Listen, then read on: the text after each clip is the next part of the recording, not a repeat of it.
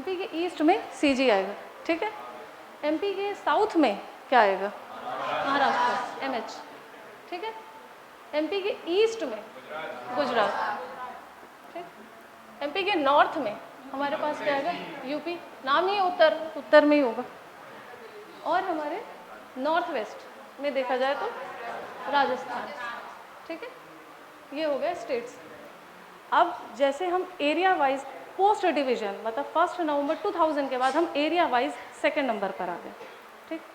Area wise first number कोई बना होगा? Rajasthan. Area wise third number कौन है? महाराष्ट्र।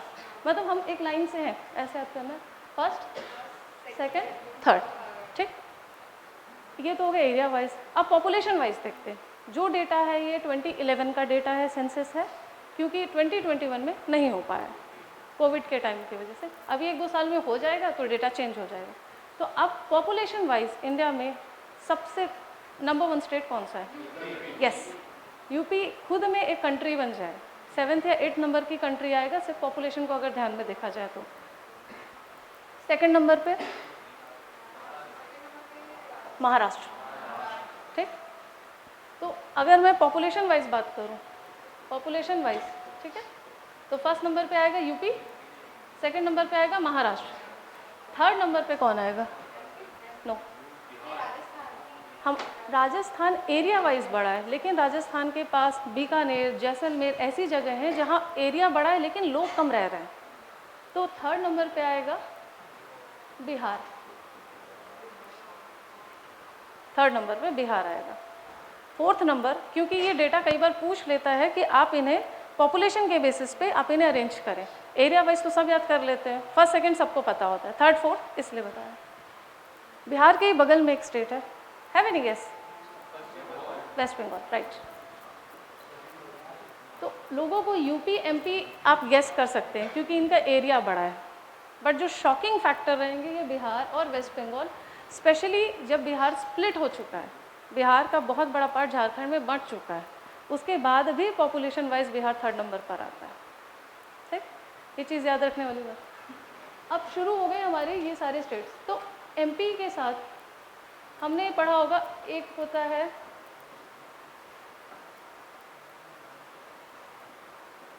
क्योंकि ये बार बार आएगा इसलिए एक बार इसमें देखना ज़रूरी है। एक इसे क्या कहते हैं? अक्षांश। और क्या कह सकते हैं इसे? क्योंकि दोनों तरीके में आप जानिए, इसे अक्षांश भी कहेंगे और इसे कहेंगे ये क्योंकि लेटी हुई है, जो लाइन लेटी हुई है उसे लैटिट्यूड कहेंगे, ठीक है। और ये जो यहाँ से लेकर देशांतर, ठीक, देशांतर, और क्या कहेंगे इसे? और इसे लैटिट्यूड ये है लॉन्गिट्यूड, क्योंकि ये लॉन्ग है, ऊपर से लेकर नीचे तक आ रही है, ये लॉन्ग है। एक और क्वेश्चन, क्या सारी अक्षांश या सारी की सारी जो लैटिट्यूड है उन सब की लेंथ, मैं सर्कमफेरेंस वाइज बात कर रही हूँ क्योंकि अर्थ सर्कुलर, देखा जाए तो जियोइड शेप है, लेकिन हम अपने कैलकुलेशन के लिए उसको सर्कुलर माने, तो क्या सारी की सारी अक्षांश या सारी की सारी लैटिट्यूड एक बराबर है? इनका पैटर्न कैसे है? तो जैसे सेंटर है, जो सेंटर में जो रहेगा वो सबसे बड़ी रहेगी, सर्कल एज यूजुअल, क्योंकि सर्कल का जो सेंटर से जाएगा दैट इज, अगर हम बीच से स्प्लिट करें तो डायमीटर कहेंगे, अदरवाइज जो पेरीमीटर कहेंगे या सर्कमफेरेंस एकदम सेंटर पे सबसे ज़्यादा रहेगा। तो वो हो गई हमारी 0 डिग्री, इक्वेटर, भूमध्य, सब विषुवत रेखा। जैसे जैसे हम नॉर्थ जाएंगे या साउथ जाएंगे तो वो कम होता जाएगा, और जो 90 डिग्री पे आ जाएगा वो इतना कम हो जाएगा, it is almost the shape of a point, मतलब एक पॉइंट के बराबर हो जाएगा, ठीक। 0 to 90 degree and 0 to 90 degree, north and south. ऐसे ही अब हम बात करते हैं लॉन्गिट्यूड की, लॉन्गिट्यूड, देशांतर। क्या सारी देशांतर का जो लंबाई रहेगी या लेंथ बोली जाए अलग अलग रहेगी या एक रहेगी? एक रहेगी, क्योंकि हम ऊपर से नॉर्थ से साउथ जो सर्कल रहेगा, हमने ये नहीं लिया है, हमारा जो बेस है नॉर्थ एंड साउथ है, तो यहाँ से लेकर इन सब की लेंथ जो रहेगी वो बराबर रहेगी, राइट। इसमें एक चीज़ ध्यान देने वाली बात है कि इन सब की लेंथ वेरी करेगी, मतलब कि विषुवत रेखा हो गई, इसमें बहुत सारी रहेंगी। मेजर जो रहेगी 0 डिग्री रहेगी, 23.5 नॉर्थ, 23.5 साउथ। इसको क्या बोलेंगे हम नॉर्थ को? ट्रॉपिक ऑफ कैंसर या फिर कर्क रेखा, इसको बोलेंगे मकर रेखा, कैप्रिकॉर्न। फिर ये रहेगा ऊपर 66.5 और इधर रहेगा 66.5 नॉर्थ एंड साउथ, फिर 0 degree 90 degree north 90 degree south. तो इन ये सारी की लेंथ वेरी करेगी, ये हमें ध्यान देने वाली बात है। लेकिन इन सब के बीच में जो डिस्टेंस रहेगी, अब एक 0 डिग्री और 1 डिग्री के बीच में, क्योंकि ये मेजर है इसलिए हम 0 and 23.5 पढ़ रहे हैं। इसका मतलब नहीं है कि 1 डिग्री एग्जिस्ट नहीं करती। तो 0 1 डिग्री के बीच में जो डिस्टेंस रहेगी वो बराबर रहेगी। समझ में आ रहा है? ये 0 डिग्री, इन सब की लेंथ वेरी करेगी, लेकिन 0 डिग्री और 1 डिग्री के बीच में, सॉरी, अगर ये मैं जस्ट इमेजिन करने के लिए 1 डिग्री बोल रही हूँ, तो इन सब के बीच में 0 1 डिग्री के बीच में उतनी ही डिस्टेंस रहेगी जितने 1 डिग्री और 2 डिग्री के बीच में। ये 2 डिग्री नहीं है, मुझे पता है कुछ दिख रहा है, बट समझने के लिए, ठीक है। तो इनकी लेंथ वेरी करेगी, बट इन दोनों के बीच में जो डिस्टेंस है वो सेम रहेगी, ठीक। यहाँ पर आते हैं लॉन्गिट्यूड में, इनकी लेंथ सेम रहेगी क्योंकि ये नॉर्थ से साउथ जा रहे हैं, बट इन सब के क्या, इन सब के बीच में डिस्टेंस सेम रहेगी? नहीं, वेरी करेगी। आपने अपने ऑरेंज देखा होगा, संतरा, तो जब उसको अगर आप ऐसे कट करते हैं तो it is almost the shape of that. ये एक ऐसा होगा, एक ऐसा दिखेगा, एक ऐसा दिखेगा, इसका शेप ऐसा बनता जाएगा, ठीक। तो इनकी लेंथ सेम रहेगी, मतलब जो 1 डिग्री देशांतर है, पूर्वी देशांतर, अब नॉर्थ साउथ भी हम बताएंगे, लेकिन पूर्वी देशांतर है और वो जो 2 डिग्री पूर्वी देशांतर है, उन दोनों की लेंथ बराबर रहेगी, लेकिन उनके बीच में गैप अलग अलग जगह पर चेंज होता रहेगा। अगर मैं इसी को जूम करूं, इसी को समझने के लिए, तो जैसे ये रहा, जो सेंटर में रहेगा इनके बीच में गैप सबसे ज़्यादा रहेगा।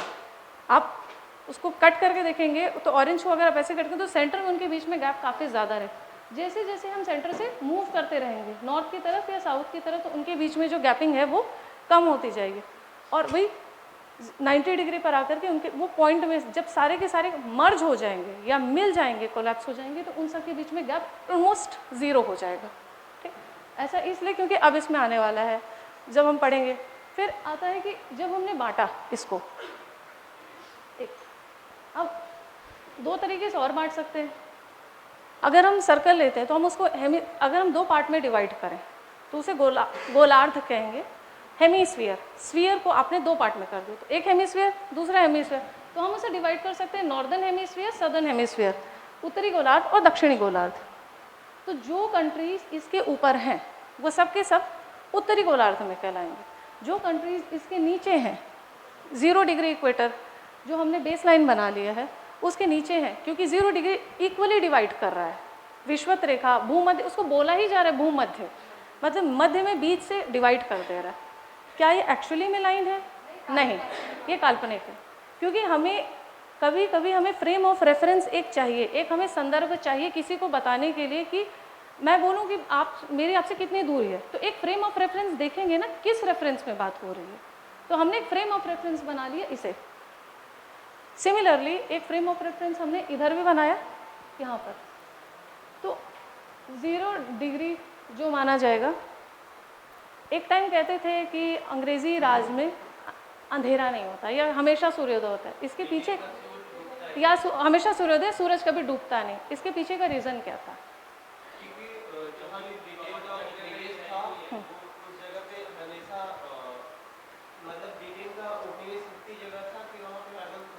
हाँ, तो अब जब जो पावर में रहता है चीज़ें उसके हिसाब से डिसाइड होती हैं। तो जो लंदन है वहाँ पर एक जगह है ग्रीनविच, तो उन्होंने बोला हम पावर में, हम सेंटर में, हम डिसाइड करेंगे, तो हमारे हिसाब से डिसाइड होगा। तो जो लंदन के ग्रीनविच एक शहर से, सिटी से जो गुजरती, उसको हमने मान लिया फ्रेम ऑफ रेफरेंस यहाँ पर 0 डिग्री। तो अब जो उसके ईस्ट में आ जाएंगे, फॉर एग्जांपल अगर लंदन का ग्रीनविच ये है 0 डिग्री, तो जो जो कंट्रीज उसके ईस्ट में आ जाएंगी उनको हम क्या बोलेंगे? पूर्वी देशांतर, ठीक है। और जो उससे वेस्ट में आ जाएंगी तो हम बोलेंगे पश्चिमी देशांतर।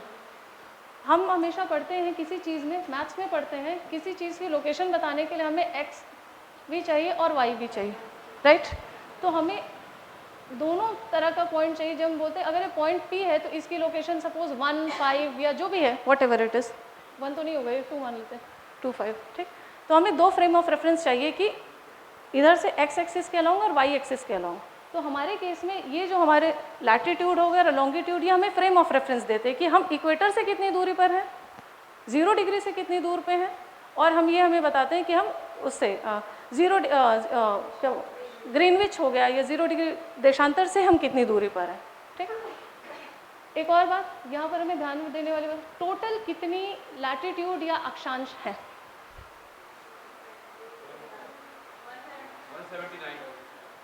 0 डिग्री प्लस 90 प्लस 90 181। ठीक। कितनी लॉन्गिट्यूड है? जो आंसर था, जो 180 डिग्री पूर्वी और पश्चिमी जो देशांतर हैं वो दोनों एक ही हैं, क्योंकि एक मैंने एप्पल लिया या मैंने यहाँ से मैं कट करते गई 1 degree 1 degree 1 degree 1 degree 1 degree, इधर से भी कटते जा रही हूँ, तो 180 डिग्री पूर्वी देशांतर या 180 डिग्री पश्चिमी देशांतर दोनों ही एक हैं। तो अब हमारे पास कितना हो जाएगा? 0 प्लस जो हम यहाँ से सोच रहे हैं 180 डिग्री प्लस 180 डिग्री माइनस 1, क्योंकि 180 डिग्री पूर्वी और पश्चिमी देशांतर दोनों ही एक हैं। ठीक है, ये चीज़ समझ में? अब स्टार्ट करते हैं। एक होता है जैसे जैसे हमारी अर्थ अपने एक्सिस के अराउंड रोटेट करती है, अर्थ मूव करती है, हम बोलते हैं सनराइज होता है ईस्ट से, क्योंकि अर्थ मूव करती है वेस्ट टू। ठीक, जब हम वेस्ट टू ईस्ट जाते हैं इसलिए हमें ऐसा लगता है कि सनराइज हो रहा है ईस्ट से। ठीक, तो जैसे जैसे तो जो ईस्टर्न साइड के जो स्टेट रहेंगे, ईस्टर्न साइड की जो कंट्रीज रहेंगी, वहाँ पर सनराइज पहले होगा और सनसेट पहले होगा। ठीक, और जब इनका गैप निकाला जाए, इसलिए कई बार जो मैच देखते हैं तो हमारे यहाँ दिन रहता है, और स्पेशली यूएसए में तो ऑलमोस्ट 12 आवर्स का गैप आता है, ऑलमोस्ट 12 घंटे का गैप आ जाता है। तो जो हमारे दिन रहता है ऑलमोस्ट वहाँ रात रहती है, तो हमारा टाइम लंदन के टाइम से 5.5 घंटा आगे चलता है। ठीक, ये गैप ये डिस्टेंस की वजह से हो रहा है। क्यों हो रहा है? फॉर एवरी डिग्री 4 मिनट का चेंज आता है। तो लंदन का जो टाइम है, अगर हम 0 डिग्री माने और हमारा है 82.5, ये क्यों माना गया उसको भी अभी बताएंगे। तो 82.5 इंटू 4 जब करेंगे तो ऑलमोस्ट 5 आवर्स 30 मिनट आएगा ऑलमोस्ट। उसको फिर हम पहले मिनट्स में आएगा, फिर डिवाइडेड बाई 60 करेंगे तो 5.5 घंटे का गैप आएगा। तो ऐसे ही इंडिया के साथ भी हो रहा है। इंडिया इतना डाइवर्स कंट्री है, हमारे यहाँ जो ईस्टर्न साइड है अरुणाचल है, वेस्टर्न साइड पे वो है गुजरात आ जाएंगे, गुजरात राजस्थान, मतलब सबसे वेस्टर्न में तो गुजरात आ जाएगा। तो हमें एक टाइम लेना पड़ेगा कि जिस जगह का गुजरे हुए टाइम को सब जगह माना जाएगा। अदरवाइज अगर अपनी अपनी पे शुरू हो जाए तो नॉर्थ ईस्ट में पहले शुरू हो जाएगा सनसेट, सनराइज में वो हो जाएगा, जल्दी हो जाएगा। गुजरात में शुरू ही नहीं, सनराइज ही नहीं हुआ रहेगा। तो इन दोनों के गैप को करने के लिए हमने जो अभी आएगा तो क्वेश्चन आएगा, तो इन जैसे एमपी हो गया, इंडिया हो गया, this is just for frame of reference. Actually में मैप इतना गंदा नहीं है। ठीक, तो यहाँ से लेकर के यहाँ तक कि जो हमारी देशांतर थी दोनों को हमने ऐड किया, डिवाइडेड बाय 2 कर दिया, क्योंकि हमें मीन चाहिए। तो वो वैल्यू आएगी 82.5। 82.5 जो आएगी, ये दोनों को ऐड करने के बाद जो हमारे ईस्टर्न साइड और वेस्टर्न साइड और डिवाइडेड बाय 2 करने के हमें मीन वैल्यू चाहिए, क्योंकि जो सब पर लागू हो। ऐसा ना हो जाए कि सिर्फ गुजरात के हिसाब से हो, तो जब यहाँ सनराइज हो रहा है, जब यहाँ जिस हिसाब से हम सनसेट की बात कर रहे हैं, तो वहाँ पर पता चले वहाँ तो सनसेट 2 घंटे पहले हो जाएगा। ठीक, तो ये 82.5 आएगी। इसको क्या बोलेंगे? IMT Indian mean time, IST Indian standard time, और इसे मानक मध्याह्न रेखा भी बोलेंगे। ये सब के सब वही है 82.5। ये किस जगह से ली गई है? इलाहाबाद प्रयागराज के नैनी। ठीक, ये सारा जानना ज़रूरी है, क्योंकि अब हमें पढ़ना इजी पड़ेगा। तो जो सारी रेखाएं हमने पढ़ी, जो सारी हमने लैटिट्यूड लॉन्गिट्यूड पढ़ा, तो क्या इक्वेटर इंडिया से गुजरता है? इक्वेटर ट्रॉपिक ऑफ कैंसर गुजरता है। ठीक, तो जब ट्रॉपिक ऑफ कैंसर गुजरता है इंडिया से, क्या MP से गुजरता है?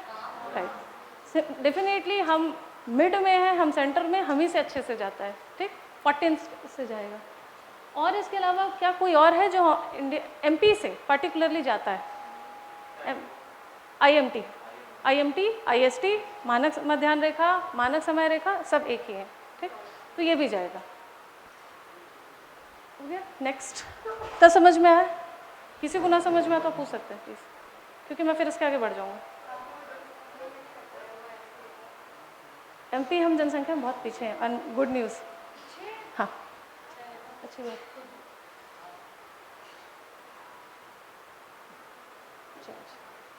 ठीक, तो अब आते हैं यहाँ पर हमारे यहाँ से कौन कौन सी जो डिस्ट्रिक्ट हो गए, 53 डिस्ट्रिक्ट्स हैं मऊगंज को इंक्लूड करके। तो कहाँ से गुजरती, कौन कौन से डिस्ट्रिक्ट हैं जिनसे गुजरती है। अब सीधे एमपी के रेफरेंस में बात करेंगे। जूम पेन हटा देते पहले। अब आ रहा है, दिख रहा है?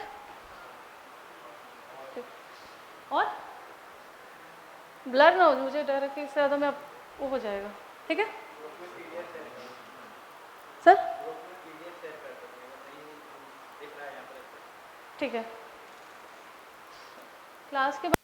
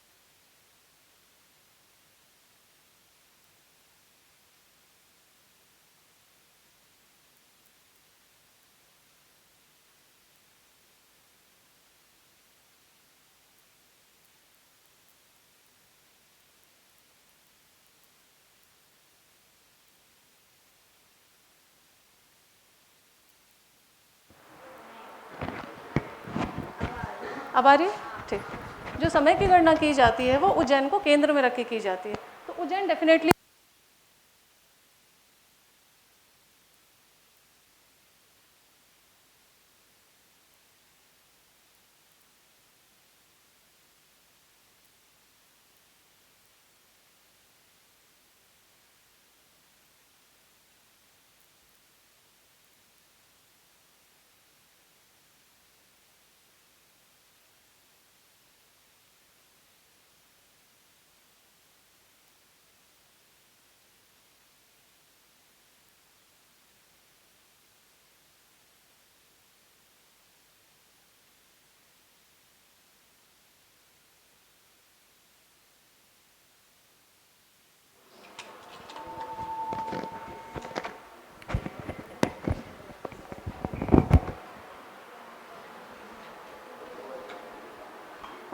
अब आ रही, जो काल गणना की जाती है ना, जो हमारे यहाँ जो हिंदू में काल गणना की जाती है वो उज्जैन को सेंटर में रख के की जाती है। इनफैक्ट जो 0 डिग्री, जो 0 हम बोलते हैं, जो मैथमेटिकल में एक्सप्रेशन है 0, उसकी जो स्टार्टिंग पॉइंट है ये वहीं पर ही हुआ है। और बोला जाता है ट्रॉपिक ऑफ कैंसर जो मंगलनाथ मंदिर है उज्जैन में, उसके कैलकुलेशन में जस्ट ऊपर से गुजरता है, या ऊपर से या नीचे से, क्योंकि वो तो आपकी इमेजिनरी, आप जैसा भी मान सकते हैं। ठीक है, और जो 0 फर्स्ट टाइम किसी टेम्पल में दिखता है का 0 बना हुआ, वो ग्वालियर के टेम्पल में दिखेगा। ठीक है, इसकी डिस्कवरी यहाँ पर, क्योंकि उज्जैन हमेशा से ही सिर्फ रिलीजियस मतलब धार्मिक नहीं रहा है, यहाँ पर बहुत बड़े बड़े कवि रहे हैं, बहुत विख्यात कवि हुए, बहुत बड़े बड़े विद्वान भी हुए हैं, कालिदास, ये सब वहीं के थे और अलग अलग एरियाज़ में उन्होंने काम किया, तो इसलिए वहाँ पर बहुत सारी चीज़ें मिली। तो याद रखने के लिए रतलाम, उज्जैन, आगरमालवा, राजगढ़, सीहोर, भोपाल, विदिशा, रायसेन, सागर, दमोह, कटनी, जबलपुर, उमरिया और शहडोल। ठीक है, नेक्स्ट। और यहाँ से गुजरेगी, अब हम यहाँ से कर देंगे, ठीक, यहाँ पर बनी हुई ये हो जाएगी IMT 82.5 पूर्वी देशांतर रेखा। कार्य रेखा जिन जिलों से गुजरती टोटल हो गए 14।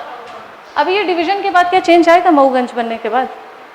नहीं, क्योंकि जब रीवा से ही नहीं गुजरती तो मऊगंज से क्या गुजरेगी? ठीक,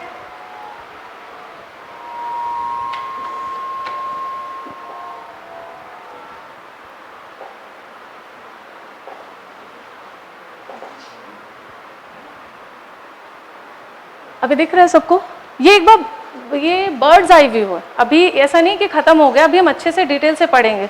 किसी को जानने से पहले एक बार बर्ड्स आई व्यू में हम थोड़ा सा रफ में देख लेते हैं कि कैसा है, क्या है, ठीक है। तो ये आ जाएंगे पॉपुलेशन डेंसिटी वाइज, जो हमारे हर जो बेल्ट है, हर जो अलग अलग एरिया है। जबलपुर,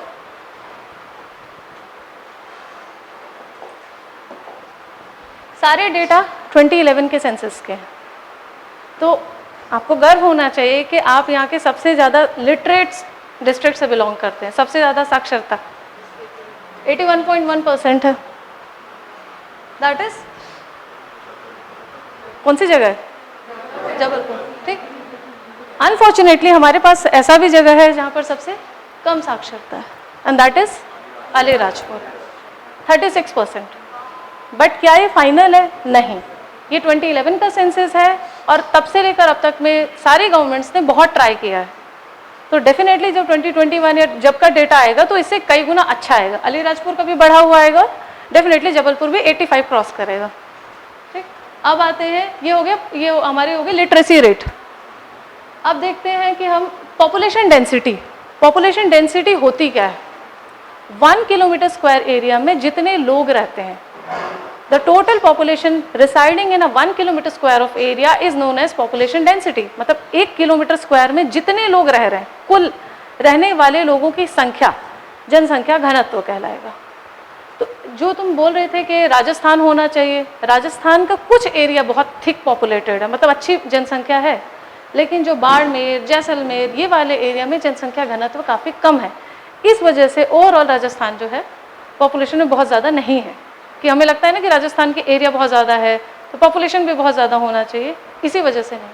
तो हमारे जो सबसे ज़्यादा जो जनसंख्या घनत्व है दैट इज़ 855, मतलब 1 किलोमीटर स्क्वायर एरिया में 855 लोग रह रहे हैं, एंड दैट इज़ भोपाल।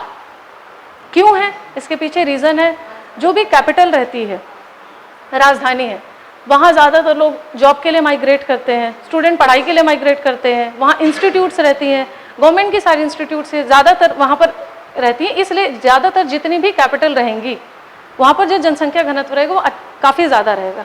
तो ये हो गया हमारा भोपाल। जब हमारे पास ये है 855, इट इज़ 855 हो गया। अब हो जाएगा हमारे पास सबसे कम भी जनसंख्या होगी, सबसे कम जनसंख्या घनत्व जो रहेगा that is Dindori, it is 94 पर किलोमीटर स्क्वायर, ठीक। सबसे कम रहेगा डिंडोरी में, सबसे ज्यादा भोपाल। कितना? सबसे कम 94, ठीक है। अब हम देखेंगे, एक होता है सेक्स रेशियो। सेक्स रेशियो मतलब लिंगानुपात। 1000 पुरुषों पर जितनी महिलाओं की संख्या है उसे लिंगानुपात कहेंगे। मतलब पर 1000 मेल में कितनी फीमेल हैं उस पर्टिकुलर एरिया में या उस पर्टिकुलर डिस्ट्रिक्ट में जिसका हम मेजर कर रहे हैं, उसे लिंगानुपात या सेक्स रेशियो कहेंगे। अनफॉर्चुनेटली हमारे पास दोनों है। हमारे पास भिंड है जिसका जो सेक्स रेशियो है, न्यूनतम लिंगानुपात दैट इज 837। तो क्या ये नेचर ने बनाया है? नहीं। नेचर कभी भी, जब भी सेक्स रेशियो रहेगा, अगर आप उसे डिस्टर्ब नहीं करेंगे तो वो ऑलमोस्ट इक्वल रहेगा, ऑलमोस्ट इक्वल, या तो फीमेल पॉपुलेशन में ज़्यादा होंगी। इसके पीछे का रीज़न ये है कि बाय नेचर फीमेल की जीने की क्षमता ज़्यादा होती है। अगर एक फीमेल चाइल्ड हो और एक मेल चाइल्ड हो और डेथ अगर हुई हो तो ज़्यादातर चांसेस है मेल चाइल्ड की रहेगी, क्योंकि इनिशियल ईयर्स में वो बहुत वनरेबल रहते हैं, and this is scientific proven data, ये कोई मैं नहीं बता रही। इसलिए कई बार अनफॉर्चुनेट अपने न्यूज़ में देखा होगा कि बच्चियों को फेंक देते हैं या उसमें फिर भी वो सर्वाइव कर जाती हैं, कोई कहीं फेंक दिया। तो ये एक फीमेल के प्रति जो अच्छा रवैया नहीं है हमारा। और सेक्स रेशियो, दूसरा जो फीमेल इन्फेंटिसाइड हो रहा है, जो बच्चियों को पैदा होने से पहले मार दिया जा रहा है, ये उसका नतीजा है कि 837। इस वजह से जो गवर्नमेंट ने स्टार्ट किया है, बहुत सारी स्कीम स्टार्ट हुई है। एक तो कल्चरल रीज़न है, दूसरी बात मेल को ज़्यादा प्रायोरिटी दिया जाना रीज़न है। तो बहुत सारी स्कीम्स गवर्नमेंट ने स्टार्ट करी हैं कि अगर आप दहेज की वजह से या डाउरी की वजह से, कई लोग उनको लगता था कि बड़े हो जाएंगी तो डाउरी में उन्हें देना पड़ेगा, तो गवर्नमेंट ने स्टार्ट किया लाडली लक्ष्मी योजना कि आप मत पढ़ाओ, आप मत करो, हम देंगे, हम उन्हें रुपए देंगे, आप बस उन्हें कॉलेज भेजो, पढ़ाओ उन्हें। तो लाडली लक्ष्मी योजना 2 काम करेगी, आपका सेक्स रेशो भी इम्प्रूव करेगी क्योंकि इस चक्कर में फीमेल इन्फेंटिसाइड डेफिनेटली कम होगा, और दूसरा सबसे पहली बात जो रहेगी कि लिटरेसी रेट बढ़ेगी, क्योंकि अगर इस घर में किसी घर में अगर रिसोर्सेज लिमिटेड होते हैं तो ज़्यादातर लोग मेल को पढ़ाना प्रेफर करते थे अभी तक, लेकिन अब गवर्नमेंट दे रही है, तो जब गवर्नमेंट की फ्री की स्कीम है तो फीमेल भी लिटरेट होंगी, तो 2 चीज़ होंगी, लिटरेसी रेट बढ़ेगी और सेकंड नंबर पे सेक्स रेशो भी बढ़ेगा, तो आपका डेटा डेफिनेटली बेटर आएगा। तो है 837। हमारे पास एक अच्छा गुड न्यूज़ भी है, बालाघाट का जो सेक्स रेशियो दैट इज 1021, 1021। कुछ मैटर में ट्राइबल स्टेट बेटर होते हैं क्योंकि वहाँ उन लोगों में जो सोसाइटी रहती है इतना ज़्यादा मेल पैट्रियार्कल नहीं रहती, मतलब जो हम बोलते हैं ना कि जो पितृसत्तात्मक उतनी नहीं रहती, वहाँ फीमेल्स भी उतना ही इक्वली पार्टिसिपेट करती हैं हर चीज़ में, चाहे खेती का काम हो या जो भी उनके काम रहेंगे, तो वहाँ इतना ज़्यादा डिवीज़न नहीं बटा हुआ है। नेक्स्ट थिंग, वहाँ फैसिलिटीज़ भी इतनी ज़्यादा नहीं है कि फीमेल इन्फेंटिसाइड किया जा सके। तो बालाघाट का है 1021 एंड इसका हो गया 837 भिंड का। अब आते हैं डिस्ट्रिक्ट वाइज देखा जाए तो सबसे बड़ा हमारे पास जो जिला है, सबसे बड़ा जो डिस्ट्रिक्ट है दैट इज छिंदवाड़ा। ठीक, सबसे बड़ा जो डिस्ट्रिक्ट है हमारे पास छिंदवाड़ा है, और जो सबसे छोटा डिस्ट्रिक्ट होगा वो कौन होगा? अब चेंज हो जाएगा। हाँ हाँ, सॉरी, सबसे छोटा नहीं, मैं एरिया वाइज बात कर रही हूँ, मैं एरिया 2011 अब चेंज हो जाएगा, दैट इज मऊ। अच्छा, जनगणना या क्षेत्रफल? मैं क्षेत्रफल बात कर रही हूँ, क्षेत्रफल।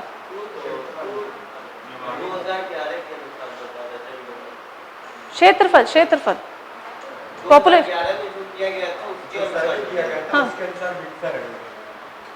उस टाइम 2011 1 अक्टूबर 2018 को बना था निवाड़ी, तो 2011 के हिसाब से विदिशा, 1 अक्टूबर 2018 को कौन बन गया? निवाड़ी बन गया। तो उस हिसाब से एरिया वाइज देखा जाएगा तो क्या हो जाएगा, उस टाइम तक था 2018 तक, अभी 13 अगस्त 2023 से पहले तक निवाड़ी।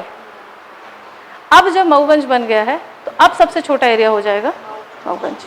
ठीक है, तो जब निवाड़ी 2018 के पहले तक था तो उस हिसाब से पॉपुलेशन वाइज भी निवाड़ी सबसे छोटा हो जाता था, जो एरिया छोटा है और वहाँ बहुत ज़्यादा पॉपुलेशन डेंसिटी नहीं है। सबसे ज़्यादा अब देखा जाए जनसंख्या, सबसे ज़्यादा पॉपुलेशन देखी जाए तो कहाँ पर है? इंदौर। कैपिटल भले ही हमारी भोपाल है, लेकिन हमारे जो पॉपुलेशन है, पॉपुलेशन डेंसिटी भोपाल की ज़्यादा है। पॉपुलेशन डेंसिटी मीन्स पर किलोमीटर स्क्वायर एरिया में 855 लोग रहते हैं, कहाँ पर? भोपाल में। लेकिन टोटल पॉपुलेशन देखी जाए अगर तो दैट इज इंदौर, क्योंकि हमारी कैपिटल भोपाल होने के अलावा बहुत सारे जो सेंटर्स हैं, बहुत सारी जो चीज़ें हैं, MPPSC का ऑफिस तक कहाँ पर है? इंदौर में। जो कमीशन का जो मेन है वो इंदौर में। ठीक, तो ये 32.76 लाख 2011 का डेटा। अब होता है पॉपुलेशन ग्रोथ, हम देखेंगे तो जो पॉपुलेशन ग्रोथ रहेगा मतलब देखेंगे कितना परसेंटेज बढ़ रहा है, तो सबसे ज़्यादा जनसंख्या वृद्धि दर भी कहाँ पर हो रही है? इंदौर में हो रही है। इंदौर किस वजह से? यहाँ पर बहुत ज़्यादा इंडस्ट्रियल एरिया है, सेकेंडली वहाँ कोचिंग इंस्टीट्यूट्स हैं, स्पोर्ट्स की हो गई, पढ़ाई की हो गई, वहाँ IIT है, IIM है। इंडिया का इकलौता ऐसी जगह जहाँ पर IIT और IIM है, that is Indore. Population density मतलब मैं बताती हूँ, जैसे सपोज करो इतना बड़ा एरिया है मेरा, इसमें टोटल कितने लोग रहते हैं, ये हो जाएगी मेरी पॉपुलेशन। ठीक है, तो पॉपुलेशन और पॉपुलेशन डेंसिटी मतलब इतने बड़े एरिया में मैंने 1 किलोमीटर स्क्वायर को बांट दिया कि भाई 1 किलोमीटर स्क्वायर में कितने लोग रहते हैं, तो ये हो जाएगी मेरी पॉपुलेशन डेंसिटी, मतलब जनसंख्या घनत्व। टोटल एरिया में कितने लोग रह रहे हैं, दैट इज पॉपुलेशन, जनसंख्या। 1 किलोमीटर स्क्वायर में कितने लोग रह रहे हैं, दैट इज पॉपुलेशन डेंसिटी या जनसंख्या घनत्व। किसी एरिया में काफ़ी लोग रह सकते हैं, लेकिन हो सकता है यहाँ पर काफ़ी पॉपुलेशन डेंसिटी हो, यहाँ पर ना के बराबर हो। तो इस वजह से जो आपको देखने में लग रहा है कि जनसंख्या इसकी ज़्यादा है इंदौर की, लेकिन पॉपुलेशन डेंसिटी भोपाल की ज़्यादा है। समझ में आया यहाँ तक? और कुछ मैं आगे बढ़ूँ?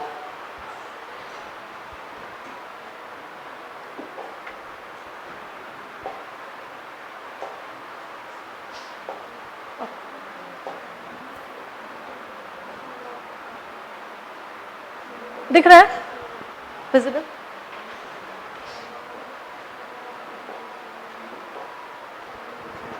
इसमें अब डेफिनेटली आप एक ऐड कर लीजिएगा +1, ठीक, दैट इज मऊगंज। क्योंकि ये अभी भी mp.gov.in में नहीं अपडेट हुआ है, लेकिन रीवा डिवीजन में अपडेट हो गया, या सुबह मैंने चेक किया इसलिए बता, ठीक। तो अब हमारे यहाँ देखा जाए कितने, जब हमारे डिस्ट्रिक्ट हो गए 52+1, बार बार +1 इसलिए कह रही हूँ मैं, 53 में बोल सकती हूँ मैं, ताकि आपको याद रहे कि ये अभी बना है।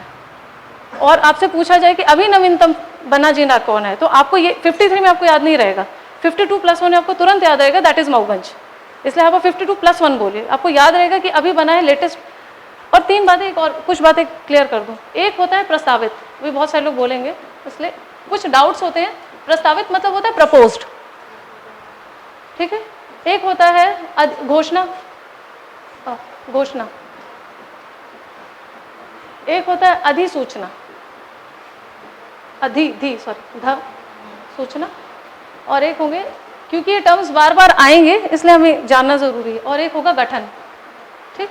तो प्रस्तावित मतलब होता है प्रपोज्ड, कि हमने प्रपोज किया कि भाई इसको डिस्ट्रिक्ट बनाया जाना चाहिए, कि लोगों की डिमांड है। तो यहाँ पर जैसे नागदा हो गया, अभी भी बहुत सारे हमारे यहाँ पर डिस्ट्रिक्ट प्रपोज चल रहे हैं, तो ये हो भी सकता है, नहीं भी हो सकता है। एक होता है घोषणा, कि हम इसे डिस्ट्रिक्ट बनाएंगे, कि हमने अनाउंस कर दिया, ठीक। लेकिन अभी भी ये लीगल होगा या नहीं होगा ये क्लियर नहीं है, क्योंकि घोषणा की है हमने। हो सकता है इस साल हो सकता है अगले साल हो, क्योंकि घोषणा, और ये अभी भी लीगल उसमें, या फिर हमारे इसको इफेक्ट नहीं करेगा, मैप को इफेक्ट नहीं करेगा, मतलब एक्चुअली में नहीं बन रहा है। और ये गवर्नमेंट के बेसिस पे, ऑफिस के बेसिस पे अभी काम होना ज़रूरी नहीं है। एक होता है अधिसूचना, मतलब अब एक तरीके से डिसाइड हो चुका है और गवर्नमेंट डिसाइड कर लेती है कि अगर हम ये डिस्ट्रिक्ट बनाएंगे तो इसमें कौन कौन सी तहसील रहेगी, कहाँ क्या होगा, क्योंकि हर डिस्ट्रिक्ट होगी वहाँ कलेक्ट्रेट ऑफिस होगा।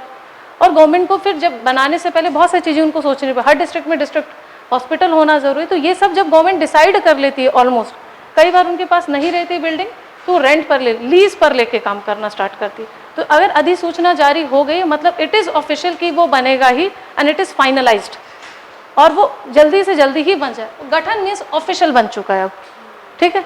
तो अभी जो हम लोग कई बार कंफ्यूज होते हैं कि डिस्ट्रिक्ट तो बढ़ गए हैं, 57 है, 58 है, या तो वो घोषणा है या तो वो प्रस्तावित है। अधिसूचना और गठन मतलब कि ऑफिशियल अनाउंसमेंट, वो अनाउंसमेंट और प्रपोज के स्टेट में है, दैट इज नॉट फाइनलाइज, और वो हमारा आंसर चेंज नहीं करेगा, क्योंकि ये हो चुका है, गठन हो चुका है, ऑफिशियल उसमें आ चुका है, दैट इसलिए मऊगंज बोल रहा है।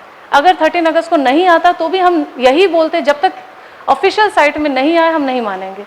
क्योंकि कौन सी बुक क्या कहती है, न्यूज़पेपर में क्या आता है, आपको न्यूज़पेपर कभी नहीं बताएगा कि ये कौन से स्टेज में है, ये बनेगा, ये जिला बनेगा, ये जिले का गठन होगा। कई बार वो गठन वर्ड भी यूज़ कर देंगे, बट होगा। तो आपको ध्यान रखना है कि ये हो सकता है ये 3 स्टेज में हो, प्रस्तावित हो, घोषणा हो, अधिसूचना। अधिसूचना मीन्स ऑलमोस्ट कंफर्म हो चुका है और वो बन ही जाएगा, लेकिन फिर भी नहीं बना है जब तक वो गठन वाला स्टेज नहीं आ जाता। आपके एग्जाम के एक दिन पहले अगर अधिसूचना है तो आप उसमें वही लगाएंगे कि वो डिस्ट्रिक्ट नहीं बना है, क्योंकि गठन नहीं हुआ है, ठीक। वो पूरा ऑफिशियल उसमें निकलता है, उनकी पूरी नोटिस निकलती है कि ये बना जाएगा, ये ऑफिशियल आज से घोषित किया जाता है, और कौन कौन से डिस्ट्रिक्ट रहेंगे। जब तक ऑफिशियल, एक तरीके सॉर्ट ऑफ गवर्नमेंट का गजट जैसे समझ लीजिए, ऑफिशियल पूरा सर्कुलेट होगा, जब तक नहीं आता तब तक हम नहीं मानेंगे। क्योंकि आप इसी बेसिस पे दावापत्ती कर सकते हैं। जो अगर मुझे कोई क्वेश्चन पे मैंने किया और मुझे ऑब्जेक्शन करना है तो मुझे गवर्नमेंट की साइट को ही लेना पड़ेगा, ठीक।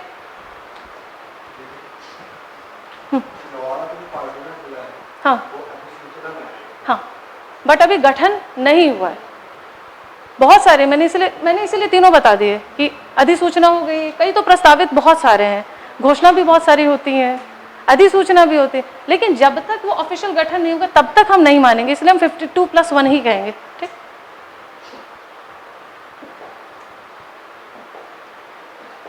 अब शुरू होते हैं अपना ये पढ़ना। इतना बड़ा एमपी है, इतना बड़ा एरिया, हम कटने के बाद भी, छोटा हमारा होने के बाद भी हम सेकंड नंबर पर आते हैं। तो उसको एक एक डिस्ट्रिक्ट को कर पाना पॉसिबल नहीं है एरिया वाइज।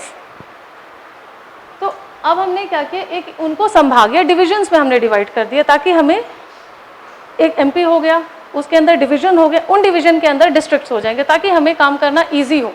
कन्वीनियंस के लिए हमने डिवाइड किया। तो कितने हैं हमारे पास, 1 2 3 4 5 6 7 8 9 10, हमारे पास 10 संभाग या 10 डिविजन्स हैं। हर डिविजन्स में अपने अपने डिस्ट्रिक्ट्स हैं। ठीक, शुरू करते हैं जबलपुर संभाग, क्योंकि जबलपुर में है तो शुरुआत वहाँ से होगी। जबलपुर संभाग सबसे बड़ा संभाग है, नंबर ऑफ डिस्ट्रिक्ट के हिसाब से भी देखा जाए और एरिया वाइज भी देखा जाए, हर एरिया के मतलब हर डिस्ट्रिक्ट का एरिया भी मिला दिया जाए तो जबलपुर संभाग सबसे बड़ा संभाग है। एरिया वाइज, डिस्ट्रिक्ट वाइज भी है ना, अच्छा हाँ सॉरी, इंदौर नहीं, दोनों बराबर है तो हाँ ठीक ठीक ठीक, एरिया वाइज है और डिस्ट्रिक्ट वाइज जबलपुर और इंदौर। अच्छा, इसलिए मैंने दोनों बगल बगल में लिखा, जबलपुर और इंदौर दोनों में 8-8 है। ठीक, अब आते हैं यहाँ पर, जबलपुर ये हो गया येलो कलर से। तो जबलपुर संभाग में हमारा जबलपुर डेफिनेटली, जबलपुर से कटा था कटनी, नहीं याद रहेगा तो भी याद, कटा था इसलिए कटनी याद करने के लिए, ऐसा है नहीं। डिंडोरी, मंडला, नरसिंहपुर, छिंदवाड़ा, सिवनी, बालाघाट। अच्छा, बालाघाट का मैप आप ध्यान से देखो, आपको कुछ दिखता होगा, वो बर्ड जैसे, फ्लाइंग बर्ड जैसे, अगर कोई बर्ड उड़ रही हो, आप इंडिया जैसे तब बोलोगे जब हमारा जम्मू कश्मीर रहेगा। इसमें जम्मू कश्मीर नहीं है।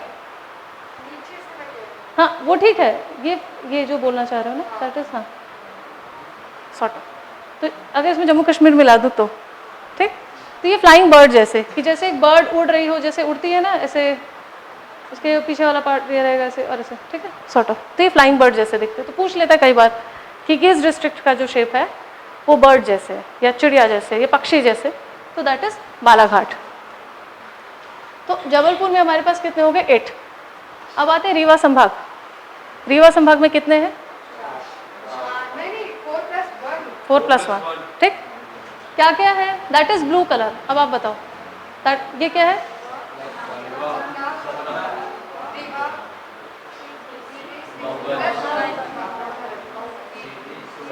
सीधी सिंगरौली, सतना, रीवा, सीधी, सिंगरौली, +1 मऊगंज, ठीक है। अब आते हैं शहडोल डिवीजन, जो सबसे नया बना है division, that is newly form division is Shahdol division, ठीक। शहडोल डिवीजन में कितने हैं, 3। कौन कौन से हो जाएंगे, उमरिया, शहडोल, अनूपपुर, ठीक। अब आते हैं चंबल डिवीजन, श्योपुर, मुरैना, भिंड। एक आपने इंटरेस्टिंग चीज़ नोटिस की होगी कि जितने भी अभी तक हमने डिवीजन पढ़े हैं, जबलपुर डिवीजन में जबलपुर नाम का डिस्ट्रिक्ट है, रीवा डिवीजन में रीवा है, शहडोल डिवीजन में शहडोल है, चंबल डिवीजन, यस, ठीक। ये इंटरेस्टिंग केस है, ये इकलौता ऐसा डिवीजन है जिसे किसी डिस्ट्रिक्ट के नाम पर नहीं रखा गया है, ये भी क्वेश्चन आता है, ठीक। वो चंबल रिवर के नाम पर रखा गया है, ठीक, चंबल डिवीजन, ठीक हो गया अपना। अब आते हैं ग्वालियर डिवीजन। ग्वालियर में 5, कौन कौन से आएंगे इधर,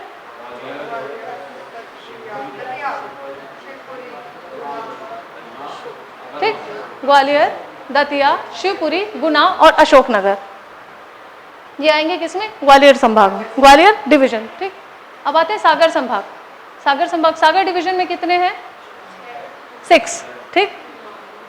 निवाड़ी, 1 अक्टूबर 2018, डेट भी याद रखिए ताकि आपको याद रहे। टीकमगढ़, छतरपुर, पन्ना, दमोह, सागर, ठीक। तो अगर पूछा जाए कि ग्वालियर संभाग, मैं आपसे क्वेश्चन पूछ रही हूँ, पहले पूरा कराते हैं फिर पूछते हैं, ठीक। सागर संभाग हो गए। अब आते हैं इंदौर संभाग। इंदौर संभाग है हमारे पास, कितने हैं यहाँ पर, 8। तो number of district wise Jabalpur और इंदौर बराबर है, दोनों में 8-8 है, बट एरिया वाइज जबलपुर ज़्यादा है। जबलपुर संभाग ओवरऑल डिवीजन की बात करें तो यहाँ पर जो 8 आते हैं, यहाँ से स्टार्ट करते हैं,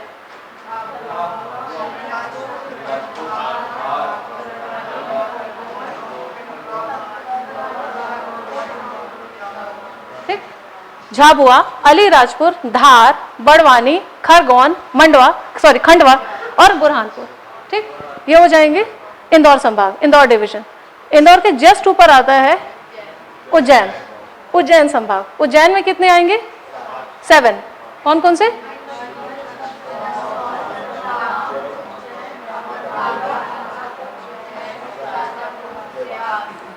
देवास। ठीक, नीमच, मंदसौर, रतलाम, आगरमालवा, उज्जैन, शाजापुर और देवास। अब आते हैं भोपाल संभाग, ये वायलेट कलर से।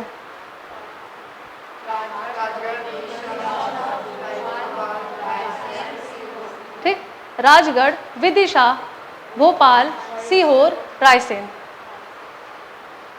नेक्स्ट नर्मदापुरम, एक्चुअली सॉरी लिखने में गड़बड़ है। नर्मदापुरम संभाग, इसको पुराने नाम था इसका होशंगाबाद संभाग, इसका नाम चेंज कर दिया गया है, अब ये नर्मदापुरम संभाग हो गया। ये रहा, यहाँ पर कितने हैं? अब डिस्ट्रिक्ट का नाम भी बदल गया है, पहले सिर्फ संभाग का नाम बदला था। पहले होशंगाबाद संभाग था, उसका बदल करके नर्मदापुरम संभाग किया गया। अब डिस्ट्रिक्ट का नाम भी बदल गया है, अब ये जो होशंगाबाद जिला था अब ये बन गया है नर्मदापुरम जिला। ठीक है, हरदा, नर्मदापुरम, बैतूल। ठीक, तो अब देखा जाए तो सबसे ज़्यादा संभाग, मतलब सबसे ज़्यादा जिले किस संभाग में? दोनों में बराबर। Area wise Jabalpur. ठीक, सबसे बना लेटेस्ट न्यूली फॉर्म्ड संभाग शहडोल। ठीक, और ऐसा कौन सा संभाग है, ऐसा कौन सा डिवीजन है जिसका नाम किसी भी डिस्ट्रिक्ट के नाम पर नहीं है? चंबल। सबसे छोटा संभाग अगर पूछा जाएगा तो यहाँ पर टाई भी नहीं, मल्टीपल हो जाएंगे। यहाँ पर नर्मदापुरम संभाग 3 है, शहडोल भी 3 है, चंबल भी 3 है। ठीक, लेकिन एरिया वाइज अब यहाँ पर 3 है, लेकिन एरिया वाइज देखा जाए तो सबसे छोटा कौन सा हो जाएगा? शहडोल। सब में 3 डिस्ट्रिक्ट हैं, याद रखने की बात है कि नर्मदापुरम में भी 3 डिस्ट्रिक्ट है, शहडोल में भी 3 है, चंबल में भी 3 है। लेकिन एरिया वाइज देखा जाएगा, हर डिस्ट्रिक्ट का अपना एरिया होगा। उन सब एरिया को जब हमने टोटल किया तो हमें मिला कि सबसे छोटा हो जाएगा शहडोल। तो अब मैं एरिया वाइज एमपी का सबसे बड़ा संभाग, एरिया वाइज बात कर रही हूँ, जबलपुर। एरिया वाइज एमपी का सबसे छोटा संभाग, न्यूली फॉर्म संभाग। ठीक है, इतना समझ में आया? आगे बढ़ो।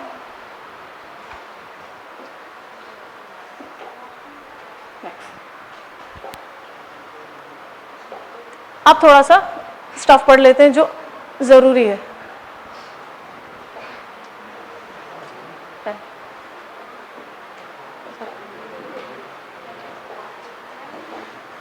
जब एमपी का डिवीजन हुआ तो हर जैसे हाँ संभाग का नाम किस आधार पर रखा जाता है? जैसे जबलपुर और चंबल, हाँ, तो ये किस आधार पर रखा गया है? ज्यादातर जैसे संभाग का नाम वहाँ के जो फेमस डिस्ट्रिक्ट हो गया या वहाँ का जो सबसे बड़ा डिस्ट्रिक्ट, जैसे नर्मदा जो जबलपुर संभाग का जो मेन एरिया है वो जबलपुर है, किसी न किसी फॉर्म में, या तो सोशल या तो इकोनॉमिकली, मेनली इकोनॉमिक बेसिस पे देखा जाएगा। जैसे उज्जैन संभाग में उज्जैन इकोनॉमिक वहाँ के बैकबोन है, क्योंकि उज्जैन के जो महाकालेश्वर मंदिर है या उधर के आसपास जितने मंदिर है वहाँ पर ज़्यादातर लोग आते हैं, वहाँ का टूरिज्म का सेंटर है वो, तो ज़्यादातर उस बेसिस पे रखा जाए। लेकिन इकलौता एक्सेप्शन होगा वहाँ पर, क्योंकि श्योपुर, मुरैना और जो वहाँ पर जो 3 हैं भिंड, उनसे भी ज़्यादा फेमस वहाँ पर एक तो चंबल नदी है। चंबल रिवर के हम सिग्निफिकेंस को कर रहे हैं, और कहीं ना कहीं चंबल रिवर अभी हम पढ़ेंगे कि बाउंड्री बनाती है, नॉर्दर्न बाउंड्री बनाएगी एमपी की चंबल रिवर, और जो सदर्न बाउंड्री मतलब जो दक्षिणी सीमा बनाएगी दैट इज ताप्ती रिवर। वहाँ पर ये चंबल ये रहा। और थर्ड जो है चंबल के रवाइन, मतलब जो बीहड़ है, चंबल नदी बीहड़ बनाती है, पॉजिटिव वे में और नेगेटिव वे में ज़्यादा फेमस चंबल हो रही है, तो उस पूरे बेल्ट को चंबल बेल्ट हमेशा से कहते हैं, तो इसलिए उसका नाम चंबल रखा गया। अब आते हैं तो हमने अब हर स्टेट जब बन जाएगा तो उसके अपने कुछ उसको चूज़ करने पड़ेंगे कि उसका कुछ एम्ब्लेम, कुछ लोगो रहेगा, कुछ साइन रहेगा, जिस बेसिस, हाँ इकोनॉमी भी जिस बेसिस पे उसको रिकॉग्निशन मिलती है, सिंपल बात, इकोनॉमी भी हो सकता है। वहाँ पर चंबल ज़्यादा रिकॉग्नाइज्ड पार्ट है, चंबल ज़्यादा रिकॉग्नाइज नेम है बजाय श्योपुर, मुरैना एंड भिंड। इंडिविजुअली वो श्योपुर, मुरैना, भिंड से ज़्यादा फेमस चंबल है। आप चंबल बेल्ट बोलो पॉजिटिव वे में, नेगेटिव वे में। चंबल इसलिए भी फेमस है अनफॉर्चुनेटली था पहले डाकुओं के लिए, वहाँ पर बहुत ज़्यादा ये सब होता था। चंबल इसलिए भी फेमस है, चंबल बेल्ट, वहाँ पर उसको सरसों की डलिया कहते हैं, बिकॉज वहाँ पर मस्टर्ड जो होता है काफ़ी अच्छा होता है, अच्छी क्वालिटी का होता है। अक्सर आप टीवी में ऐड देखोगे, चंबल के शुद्ध सरसों से बना हुआ ऐड हमेशा आता है, तो क्योंकि वो वहाँ पर फेमस है, तो अब कभी नहीं बोलेगा शिवपुर के शुद्ध सरसों से बना हुआ, वो पूरा बेल्ट एज अ चंबल ही जाना जाता है, इसलिए उसका नाम चंबल रखा गया। जबलपुर, यस जबलपुर। तो चलो पता 1956 में जब फजल अली आयोग जब उन्होंने किया, तो उन्होंने प्रपोज किया कि एमपी की जो कैपिटल बनेगी दैट विल बी जबलपुर। तो आप यहाँ से सिग्निफिकेंस समझो कि जबलपुर कितना इंपॉर्टेंट था। वो लास्ट में जवाहरलाल नेहरू ने बोला कि नहीं भोपाल, उनको भोपाल ज़्यादा सही लगा, उन्होंने प्रपोज किया तो मान लिया गया। तो आप यहीं से समझ जाओ कि जबलपुर कितना इंपॉर्टेंट है, महाकौशल बेल्ट बहुत इंपॉर्टेंट है, इसलिए इसका नाम जबलपुर। ठीक नहीं अच्छा मैंने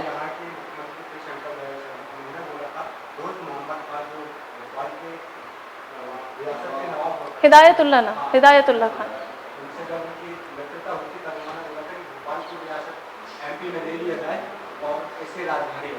ये उन्होंने बोला था, लेकिन देखिए आप समझिए Shankar Dayal Sharma decision making authority नहीं है। कौन डिसाइड करेगा, दैट विल बी पीएम। हमें चीज़ समझनी है, अगर मैं आपसे कुछ बात कर लूँ तो आप डिसीजन मेकिंग अथॉरिटी नहीं है, आपके बोलने से कोई फर्क नहीं पड़ेगा जब तक वहाँ का कोई डिसीजन मेकिंग अथॉरिटी नहीं बोलेगा। और तो नहीं, आप प्रपोज कर सकते हैं, फजल अली ने प्रपोज किया, इन्होंने भी प्रपोज किया, लेकिन जो फाइनल जो डिसीजन रहा, फजल अली ने उन्होंने बोला जबलपुर, इन्होंने बोला भोपाल, बट जो फाइनल डिसीजन, जो फर्म डिसीजन था, that was by Jawaharlal Nehru. इसलिए जवाहरलाल नेहरू जो डिसीजन मेकिंग अथॉरिटी है, जो उस टाइम पावर में मेन है, जो सेंटर में जो डिसाइड करेगा वो माना जाएगा, that will be Jawaharlal Nehru. और जो आप भोपाल की बात कर रहे हैं वो हमीदुल्लाह खान थे उस टाइम, और हमीदुल्लाह खान वहाँ के नवाब थे।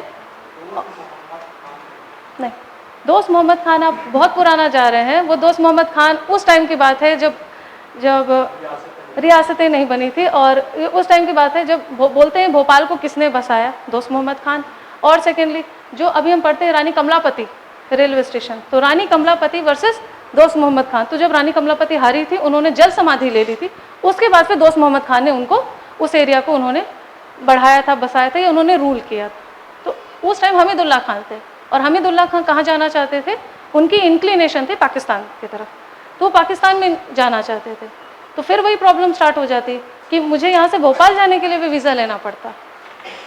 तो उन्होंने देखा कि जब इंडिया सब डिवाइड होता रहेगा तो आपकी बाउंड्रीज तो सेफ ही नहीं है ना, कि कोई भी आप अगर पाकिस्तान के यहाँ आ सकते हैं आप, तो आपकी बाउंड्रीज तो सेफ ही नहीं, क्योंकि आपका एयर जो रूट है वो कभी भी यूज़ कर सकते हैं, क्योंकि ये हमारा पार्ट है।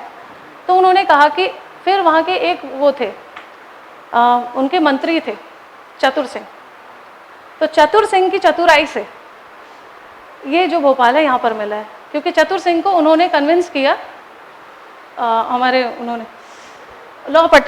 पटेल ने, सरदार वल्लभ भाई पटेल ने कन्विंस किया और उनको बनाया किसी तरीके से। तो उनकी वजह से, क्योंकि हमीदुल्लाह खान की 2 बेटियां थी, अभी हम पढ़ेंगे आगे बहुत आएगा डिटेल। भोपाल एक ऐसा रियासत बोलिए या रहा है जो बहुत टाइम तक बेगमों ने शासन किया यहाँ पर। जो आज हम बातें करते हैं कि फीमेल रूल कर रही है, फीमेल रूल कर रही है, भोपाल में बहुत टाइम तक बेगमों ने शासन किया है, क्योंकि वहाँ पर ऑलमोस्ट एक ऐसा हो गया था कि हर राजा जो होते थे, जो उनकी बेटियाँ होती थी, फिर वो बेटियों की बेटियाँ ही होती थी, तो लंबे टाइम तक वहाँ बेगम ने शासन किया है। ठीक, तो उनकी जो 2 बेटियाँ थी, तो एक बेटी यहाँ रह गई और एक बेटी वहाँ चली गई, पाकिस्तान चली गई, और वो हमीदुल्लाह खान भी लास्ट में पाकिस्तान ही चले गए। ठीक, अब आते हैं कैपिटल हो गया। ठीक, और कोई क्वेश्चन? तो जब नया स्टेट बनेगा तो हमें कुछ न कुछ अपना बनाना पड़ेगा, चूज़ करना पड़ेगा कि क्या है जो हमें अलग करता है बाकियों से, अलग क्या है जो हमें रिप्रेजेंट करता है, हमारी स्पेशलिटी क्या है, हम किस में अच्छे हैं, हमारी विशेषताएं क्या, वरना आप में और दूसरे स्टेट में क्या अलग रहेगा। ठीक, तो अलग अलग टाइम पे अलग अलग चीज़ें चूज़ की गई, अभी डिटेल में पढ़ेंगे। बट एक याद रखिए, जब हमारा बना 1956 में बना, तो 1981 में कितने साल हो गए दोनों के बीच गैप? 81 - 56 25 ईयर्स, 25। ठीक, 25 ईयर्स। तो जब मध्य प्रदेश बना उसके गठन के 25वें वर्षगांठ जो 25 एनिवर्सरी में हमने 3 चीज़ों को 3P P हिंदी वाला याद करना, पेड़, पशु, पक्षी, ठीक है। 1981 में हमने 3P पेड़, पशु, पक्षी। उसके बाद बहुत सारे चेंज होते रहेंगे, हम अलग अलग टाइम पे अलग अलग चीज़ें करेंगे, लेकिन 1981 में हमने 3 चीज़ें की, PPP पेड़, पशु और पक्षी। तो हमने राजकीय वृक्ष, पेड़ मतलब वृक्ष, स्टेट ट्री, फिर आ जाएगा पशु, स्टेट एनिमल, पक्षी, स्टेट बर्ड। हमने उस टाइम चूज किया और हमने बताया कि ये हमारा रिप्रेजेंट करता है हमें।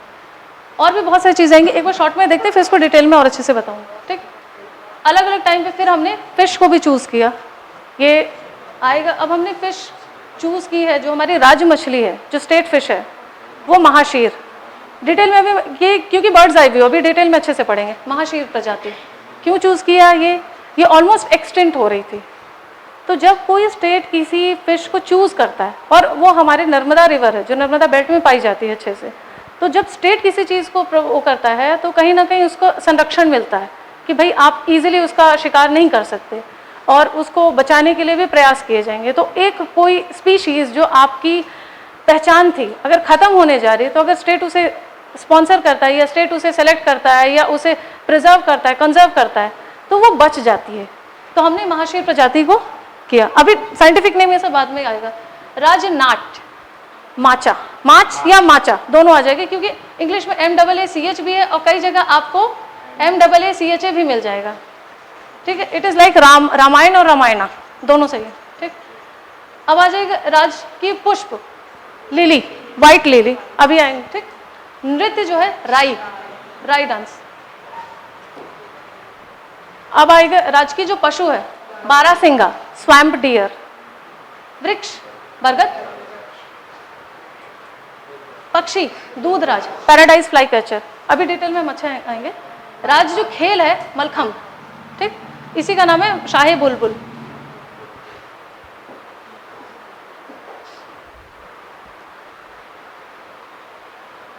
ये हो गया है, ठीक। अब एक मिनट,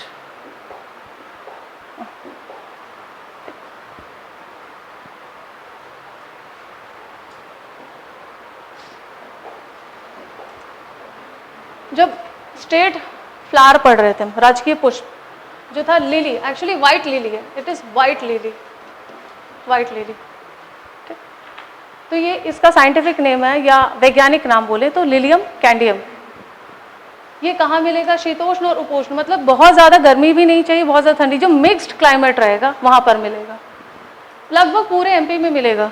और वाइट लिली का जो यूज़फुल है वो औषधि निर्माण में, बहुत सारे जो फ्लावर्स रहते हैं, बहुत सारे जो प्लांट रहते हैं, हमें नहीं पता था, बट उनसे बहुत सारे नेक्टर्स, बहुत सारे उनसे निकलते हैं जिनको हम मेडिसिनल यूज़ करते हैं। तो ये वाइट लिली का काम ये रहेगा। जो राज्य नृत्य है राई, ये बुंदेलखंड का जो प्रमुख लोक नृत्य है, ठीक। ये मेन जो एरिया है बुंदेलखंड, और इसका जो विशेषता है, मतलब स्पेशलिटी क्या है, श्रृंगार और शौर्य दोनों का होगा। कई जो डांस रहते हैं वो शौर्य प्रधान रहते हैं, मतलब कि पावर उनको ज़्यादा फोकस है। श्रृंगार मतलब कुछ श्रृंगार प्रधान रहते हैं, ये दोनों का मेल है, दोनों का कॉम्बिनेशन है। प्रत्येक शुभ अवसर पर होता है, जो कभी भी कोई अच्छा टाइम आया तो उस पर किया जाता है। तो हर जो नृत्य है उसके कुछ न कुछ मेन जो कैरेक्टर्स रहेंगे, तो उनमें रहेगा vidushak. Vidushak is someone who makes you laugh, या कोई जोक्स क्रैक करके या कुछ एक फनी सिचुएशन क्रिएट करना, तो वो रहेंगे विदूषक। और बेढ़नी, राजकीय नृत्य राई जो डांस है सिर्फ बुंदेलखंड में किया जाता है, गलत। राई डांस बुंदेलखंड, मतलब जो लोक नृत्य बुंदेलखंड और बघेलखंड दोनों में होता है, लेकिन दोनों में फ़र्क है। जो बुंदेलखंड में होता है उनका जो मेन जो रहता है, मृदंग बजाया जाता है, ठीक है। हर डांस के साथ, अगर फोक डांस है तो उसके साथ कुछ ना कुछ होगा, उनका इंस्ट्रूमेंट होगा जिसको वो बजा के करते हैं। तो जब बुंदेलखंड वाला रहता है उसमें वो लोग मृदंग बजाते हैं। जो बघेलखंड में होता है तो वहाँ पर इसे ढोलक के साथ किया जाता है, ठीक। तो ये याद रखने की बात है कि राई डांस बुंदेलखंड बघेलखंड दोनों में होता है, लेकिन जो प्रमुख लोक नृत्य है, जो मेजर पार्ट जो है, दैट इज फ्रॉम बुंदेलखंड। और ठीक, अब आते हैं राजकीय पक्षी। जो स्टेट हमारा बर्ड है दैट इज दूधराज। हाँ,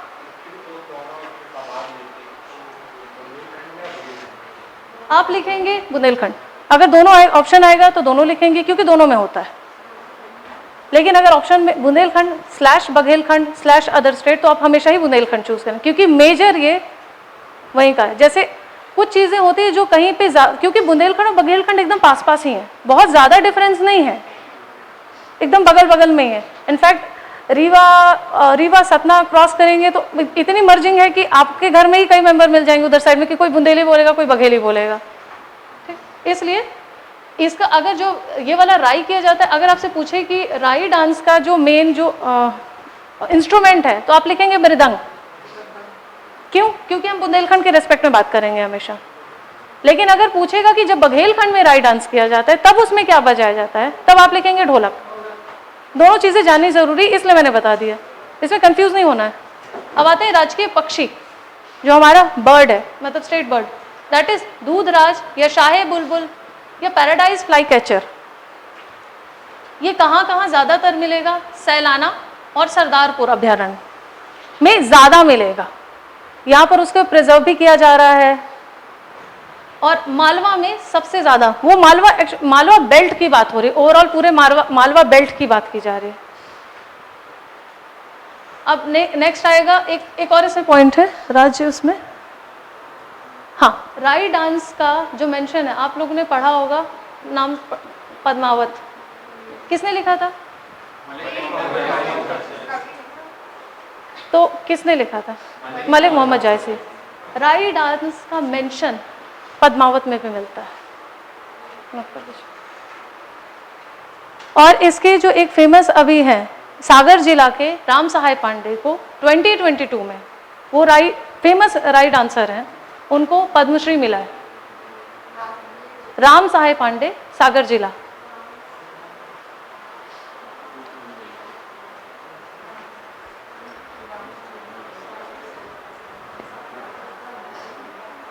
ठीक, सरदारपुर और सैलाना जो हम नाम पढ़ रहे हैं, तो सरदारपुर कौन से इसमें है? धार डिस्ट्रिक्ट में। पद्मश्री। ठीक, मैं पूरा रिपीट कर दे रही हूँ। पद्मावत ग्रंथ में राई नृत्य का वर्णन किया गया है।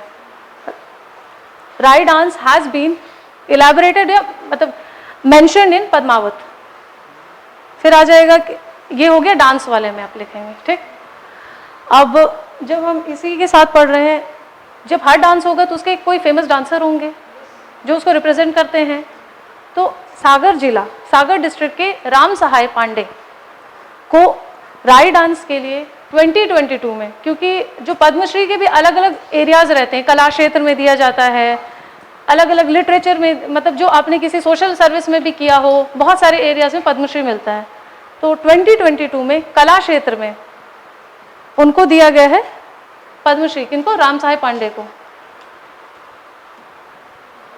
सरदारपुर जो है धार में, और सैलाना जो है ये है रतलाम डिस्ट्रिक्ट। ये बस अभी मेंशन हो रहा है हल्का सा, अभी जब हम पढ़ेंगे तो और डिटेल में पढ़ेंगे। स्टेट जो लिख लिया इसमें, मलखम। अब जो मलखम आता है, स्टेट गेम बोला जाए या फिर राज्य खेल मलखम, तो उज्जैन में मलखम एकेडमी बनाई गई है उज्जैन में। इसको कब अनाउंस किया गया? 2013 में। ठीक, एक अवार्ड होता है जो यहाँ की स्टेट गवर्नमेंट देती है, उसका नाम है प्रभाष जोशी। तो कुछ कुछ अवार्ड एक पर्टिकुलर एरिया, कुछ पर्टिकुलर फील्ड में जो काम करते हैं उनको दिया जाता है। तो प्रभाष जोशी पुरस्कार जो है मलखम के लिए दिया जाता है।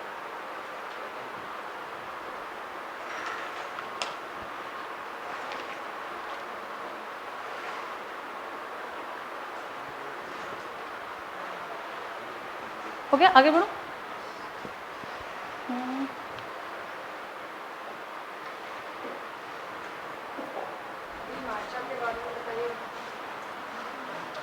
एक मिनट, माचा के बारे में बहुत ज़्यादा मतलब इतना इम्पोर्टेंट डेटा नहीं मिला मुझे, क्योंकि अगर हम पढ़ने बैठ जाएं तो बहुत सारे फेमस प्लेयर हैं, मतलब बहुत सारे फेमस डांसर होंगे, बहुत सारे होंगे, लेकिन जो अगर एग्ज़ाम में नहीं आ रहा है तो हम एग्ज़ाम पॉइंट ऑफ व्यू से पढ़ना है, क्योंकि 30 डेज़, मतलब अगर आप माने कि 90 डेज़ बचे हैं, 90 डेज़ में आपको MP भी पढ़ना है, हिस्ट्री, ज्योग्राफी, सिविक्स, तो सबसे पहले वो पढ़िए जो आ रहा है, और जो नहीं आ रहा अगर आपसे नहीं बनेगा तो किसी से भी नहीं बनेगा, क्योंकि सामने वाला भी वही तैयारी करेगा। बहुत एक्सेप्शनल केस ऐसा होगा, कभी भी हाईएस्ट मार्क्स कट ऑफ नहीं डिसाइड करता। कोई ना कोई बच्चा होगा, डेफिनेटली कई बच्चे होंगे जो आपके क्वेश्चन नहीं बनते वो कर लेंगे, लेकिन वो कट ऑफ नहीं डिसाइड करेंगे वो बच्चे। कट ऑफ मतलब होता है जो लोएस्ट मार्क्स जहाँ पर बच्चा सेलेक्ट हो, जो ऐसे बच्चे वो टॉपर मार्क्स डिसाइड करेंगे कि वे टॉप रैंक लेंगे। वो बच्चे जो ऐसे क्वेश्चन कर लें जो किसी को नहीं आता, वो कट ऑफ कभी डिसाइड नहीं करते, वो बच्चे टॉप रैंक डिसाइड करेंगे। हमें पहले प्री से मेंस पे जाना है, क्योंकि मार्क्स जुड़ना ही नहीं है, तो अननेसेसरी आपको मेहनत करने का मतलब नहीं है। अगर इसके मार्क्स जुड़ते तो आप वो चीज़ें भी पढ़ते, क्योंकि आपके स्कोर होंगे, आपका एड ऑन होगा, लेकिन नहीं होना है। तो आप वो चीज़ें पढ़िए जो सबको पढ़ना है, जो सबको आता है, क्योंकि अगर आपको वो नहीं आता तो आपका सिलेक्शन रुक जाएगा। अगर आपको वो आता है जो किसी को नहीं आता तो, और उसके साथ वो भी आता है जो सबको आता है, तो आप टॉप रैंक लेंगे, मतलब टॉपर लिस्ट डिसाइड करेंगे, फर्स्ट सेकंड थर्ड कुछ भी हो सकती है। लेकिन अगर आपको वो नहीं आता तो फिर आपका सिलेक्शन बहुत दूर है। तो हम पहले उस पर फोकस करेंगे जो आ रहा है, अदरवाइज बहुत सारे नाम है, इतने नाम आएंगे अभी हम जो पढ़ते जाएंगे, तो फिर अभी स्टार्टिंग में जस्ट इंट्रोडक्शन बहुत कंफ्यूजन स्टार्ट हो जाएगी। ठीक, अब आ जाते हैं इसमें मालवा क्षेत्र। जो नाट है माचा, माच, बोथ आर सेम, क्योंकि अलग अलग जगह, कई जगह आपको इंग्लिश में आपको MACHA भी मिलेगा।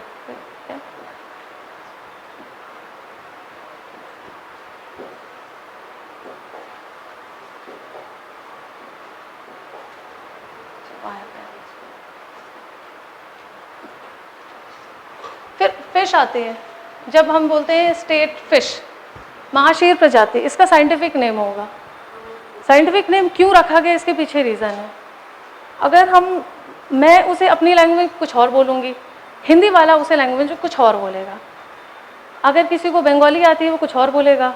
ऐसे ही वर्ल्ड में इतनी सारी लैंग्वेजेस, स्पेनिश, जापानीज़, तो हर आदमी अपनी अपनी लैंग्वेज में बोलने लग जाए, तो अगर वो सेम चीज़ के बारे में भी बात कर रहे हो तो पता चलना ही डिफ़िकल्ट हो जाएगा कि वो बोल क्या रहा है। तो एक कॉमन नेम रखा गया कि जिस बेसिस पे हम बात कर सकें, स्पेशली नॉमेनक्लेचर, ये आता है, नॉमेनक्लेचर कहलाते हैं इसे। नॉमेनक्लेचर मतलब कि नाम रखना गया कि भाई जो भी स्पीशीज, चाहे वो प्लांट हो, चाहे वो एनिमल हो, अभी बहुत सारी किंगडम क्लासिफिकेशन आएगा, 5 किंगडम क्लासिफिकेशन पढ़ेंगे हम, तो उसमें हर एक का नाम रखा जाए। तो नाम के 2 पार्ट होंगे। पहले एक होता है के, kingdom, phylum, class, order, family, genus, species. ठीक है, कीप, पॉट, क्लीन और family get sick. Keep, pot, clean और फैमिली गेट सिक, ये इससे बाहर बढ़ के आ रहा है, लेकिन साइंस में पढ़ना है तो मैं यहीं पे बता रही हूँ मैं। ठीक, तो ये हम 7 इसको डिवाइड करते हैं। के होता है किंगडम, कि किस किंगडम में आता है। तो कार्ल्स लिनियस ने पहले 2 किंगडम क्लासिफिकेशन दिया, फादर ऑफ नॉमेनक्लेचर बोलते हैं उन्हें। तो अब अलग फिर 3 किंगडम क्लासिफिकेशन आए, फिर अलग अलग किंगडम। इस टाइम जो सबसे ज़्यादा माना जा रहा है वो 5 किंगडम क्लासिफिकेशन R.H. विटेकर ने दिया। ठीक,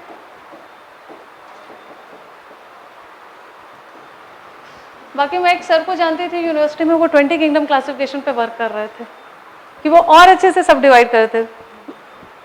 ठीक, क्योंकि उनका कहना है कि युगलीना हो गई, बहुत सारी जो अभी भी उसमें डिस्प्यूटेड चल रहा है, तो उनको और अच्छे से इलेबोरेट डिवाइड करना है। 20 अच्छी बात है, 5 है, बहुत डिफिकल्ट हो जाएगा। तो 5 किंगडम क्लासिफिकेशन हम पढ़ते हैं। R.H. विटेकर, उन्होंने जब डिवाइड किया तो ये 5, कीप, पॉट, क्लीन और फैमिली गेट सिक, मतलब घरों को साफ रखिए वरना फैमिली बीमार पड़ जाएगी। तो के से हो गया किंगडम, पी से हो गया phylum, class, order, family, genus, species. Species को हिंदी में बोलेंगे प्रजाति। ठीक, अभी आएंगे, बहुत सारी आएंगी। और कई बार क्या हो जाता है कि इसके बाद भी एक और सब क्लास आएंगे, बहुत सारे सब क्लासेस आएंगे, इन सब के अंदर इतने डिविजन्स हैं कि इसको अलग से पढ़ना पड़ेगा। अब हमने शॉर्ट में कई बार हम बोलते हैं कि यार इसकी या फ्रेंड इसकी वैरायटी अच्छी नहीं है, तो हमने एक और उसमें जोड़ दिया VAR, वैरायटी भी। लेकिन अभी भी जो मेजर हम बोलेंगे ये KP यही होगा, की, पॉट, क्लीन और family get sick, kingdom, phylum, class, order, family, genus, species, इन्हीं को ही कहेंगे। ये सब डिविजन हम कर देंगे, वैरायटी कर देंगे। तो ये जो नेम है टोर प्यूटी टोरा, ये सारे के सारे साइंटिफिक नेम इसलिए रखे कि अगर मैं किसी फिश की स्पीशीज़ के बारे में बात कर रही हूँ और आपसे बात कर रही हूँ, मैं किसी दूसरी कंट्री वाले से भी बात करूँ, तो भी उसे समझ में आ जाए, एकदम एग्जैक्ट स्पेसिफिक हो जाए कि मैं किसकी बात कर रही हूँ। वो कंफ्यूज ना हो जाए कि हमारे यहाँ तो टोरपिटिटोरा किसी और को कहते हैं, इसलिए जो थोड़े अजीब नाम रहेंगे बट पढ़ना पड़ेगा, ठीक। तो ये टोरपिटिटोरा महाशीर प्रजाति, ये कहाँ मिलती है? नर्मदा रिवर। स्पेशली इसमें और अच्छे से देखेंगे, ये खंडवा और खरगोन, खंडवा और खरगोन डिस्ट्रिक्ट में काफ़ी ज़्यादा मिलती है। इसको कब अनाउंस किया गया? 2011 में, 2011 में। इससे क्या होगा, जब स्टेट उसे कहीं ना कहीं संरक्षण दे रहा है तो उनकी और उनके लिए उनका शिकार करना बंद होगा, जैसे, तो इसलिए उनको बढ़ने का मौका मिलेगा। ये हो गया हमारी मछली महाशीर प्रजाति। नेक्स्ट आते हैं जो हमारा, हाँ, खंडवा खरगोन, क्योंकि ये नहीं मेंशन है इसलिए जो कोई नया डेटा है, जो कोई नई चीज़ है उसको लिख लीजिए, ये चीज़ आपको मिल जाएंगी इजीली, ये थोड़ा इजीली नहीं मिलेगा, ठीक। अब आते हैं इसमें बारहसिंगा, राज्य पशु। ये पशु कब अनाउंस हुआ था? स्टेट एनिमल हो गया टाइम, ठीक। आज की क्लास यही खत्म हो रही है क्योंकि 1 आवर हो गया, ठीक ठीक। मैं ज़्यादा डिटेल में हो रहा है तो मैं इसे शॉर्ट करूँ, मैं इसे शॉर्ट में एक लाइन में पढ़ सकती हूँ मैं, लेकिन उसे कोई मतलब नहीं रहेगा क्योंकि आपको वो 1 लाइन फैक्टर है, 1 लाइन फैक्ट आप याद करेंगे आपको भूल जाएगा। जब आप उस चीज़ को डिटेल से समझेंगे कि ऐसा क्यों है, क्या है, हम नेम रख रहे हैं, साइंटिफिक नेम तो क्यों रख रहे हैं। आप ऐसे टोरपिटिटोरा याद करेंगे आपको अच्छा नहीं लगेगा, लेकिन आपको पता है कि इसके पीछे का रीज़न ये है, तो आपको टोरपिटिटोरा ईजिली याद होगा कि भाई साइंटिफिक नेम है और वो सब लोग समझ सकें, इसलिए हमें ईजिली याद होगा, ठीक है। नर्मदा, खंडवा, खरगोन। अब आते हैं राज्य पशु। अगर ज़्यादा स्लो हो रहा है तो मैं फिर थोड़ा फास्ट अप करूँ, ठीक। अब आता है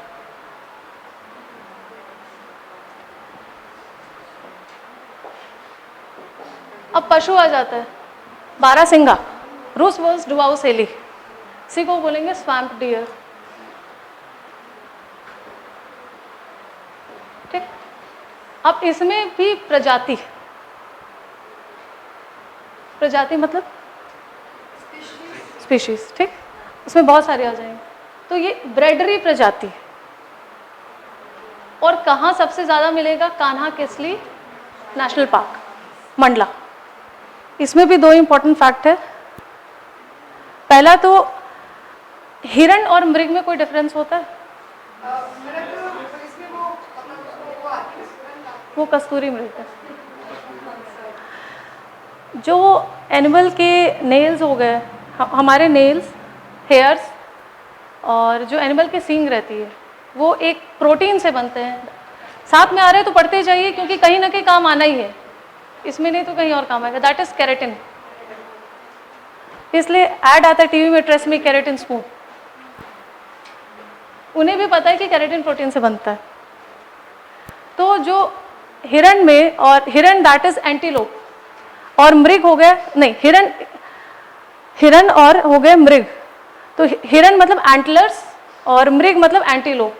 तो जो मृग रहते हैं दैट इज एंटीलोप, उनमें जो सींग रहती है वो थ्रू आउट लाइफ उनकी बनी रहती है, जो एक बार आ गई वो उनकी मेंटेन रहेगी। जैसे गाय हो गई, ये सब जानवर हो गए, उन सब की सींग बार बार गिरती नहीं है। बट जब हम पढ़ेंगे उसमें हिरण में दैट इज एंटलर्स, उनमें जो सींग है वो गिर जाती है और फिर हर साल नई आती है। तो there is a difference between hiran and mrig. But अगर नहीं पूछा है तो आप दोनों एक ही मानेंगे, लेकिन अगर कहीं हिरण और मृग आए तो आपको डिफरेंस पता होना चाहिए, ठीक।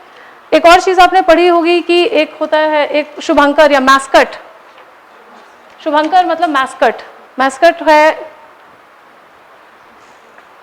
भूर Singh the barasingha, yes, mascot, shubhankar that is mascot. जब अभी हम लोग ओलंपिक्स देख रहे थे, उनके मैस्कट होते हैं अलग अलग, एक लोगो टाइप का बना रहता है, टेडी बियर टाइप का, अलग अलग मैस्कट। तो एक यहाँ पर भी कान्हा किसली ने अपना एक मैस्कट जारी किया है, शुभंकर। दैट इज भूर सिंह द बारासिंगा। उसको स्केच किया है किसी रोहन चक्रवर्ती ने, ठीक, वो मतलब उन्होंने उनकी स्केचिंग की है। तो कई बार पूछ लेता है कि कैसा कौन सा नेशनल पार्क है जिसका अपना खुद का मैस्कट है,